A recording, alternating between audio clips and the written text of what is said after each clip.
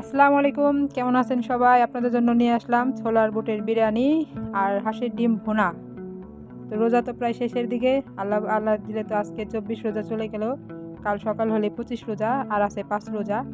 তো শেষের রোজার দিকে একটু এই ছোলার বুটের বিরিয়ানি খেয়ে দেখেন, অনেক ভালো লাগবে। তো এখানে আমি কড়াইতে পেঁয়াজ দিয়ে দিয়েছি, আমার তেল গরম হয়ে গেছে।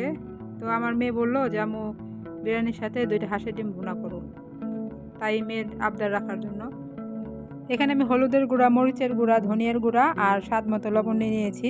আর দিয়ে দিচ্ছি পেঁয়াজের বাটার সাথে, আর দিচ্ছি পরিমাণ মতো পানি। তো এটাকে এখন ভালো করে কষিয়ে নিব। লাকড়ির চুলা তো একটু হইতে সময় লাগে। তো সবারই তো রোজা শেষ, মুখের রুচি একটু অন্যরকম হয়ে যায়।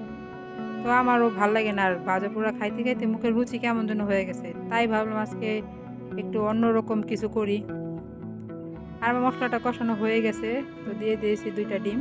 আসলে আমরা দুজন তো, তাই সন্ধ্যার সময় রোজা করে ইফতার করে খাবো, তাই ২টা ডিমই দিছি। আমার মেয়ে কিন্তু মাশাআল্লাহ আজকে ২৪টা রোজা গেল, আলহামদুলিল্লাহ ২৪টা রোজাই ছিল। সামনে ৫টা আছে, তো আপনারা সবাই দোয়া করবেন যেন ৫টা রোজাও রাখতে পারে। আর এখানে দেখছেন আমি পরিমাণ মতো পানি দিয়ে দিছি। আর এখন দিচ্ছি একটু জিরার গুঁড়া।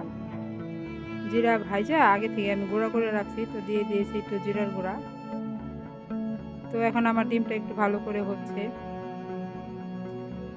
তো আপনারা সবাই ভালো আছেন নিশ্চয়ই, আমিও আলহামদুলিল্লাহ ভালো আছি। এখন ডিমটা হয়ে গেলে তো আমরা চলে যাব বিরিয়ানির জন্য। এখানে একটা আমি হাঁড়ি বসিয়ে দিয়েছি, আর হাঁড়ির মধ্যে একটু পরিমাণ মতো তেল দিয়ে দিলাম। এখন তেলটা গরম হলে তেলের মধ্যে আমি পেঁয়াজ কুচি দিয়ে দিব। তো দিয়ে দিচ্ছি এখন পেঁয়াজ কুচি। তো এই পেঁয়াজ কুচি যখন একটু হালকা লালচে লালচে হবে, মানে একটু ভাজা ভাজা হবে, তার মধ্যে আমি সব কিছু দিয়ে দিব। এখন আমি পেঁয়াজটা একটু ভালো করে নেড়ে চেড়ে নিব।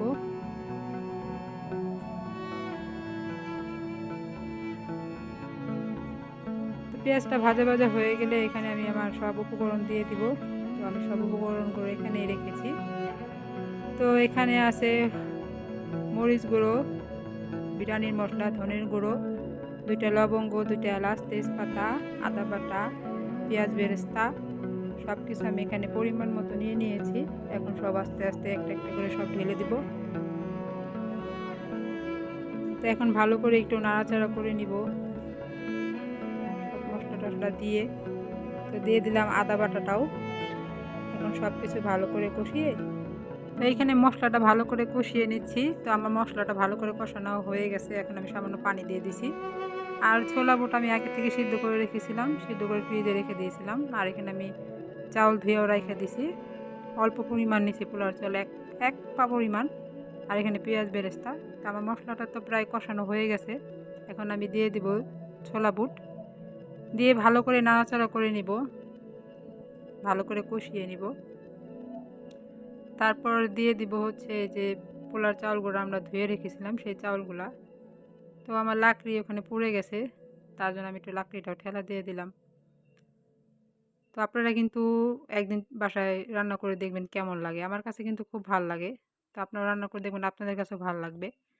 তো এখানে আমি দিয়ে দিয়েছি আমাদের সেই ধুয়ে রাখা চাউলগুলো।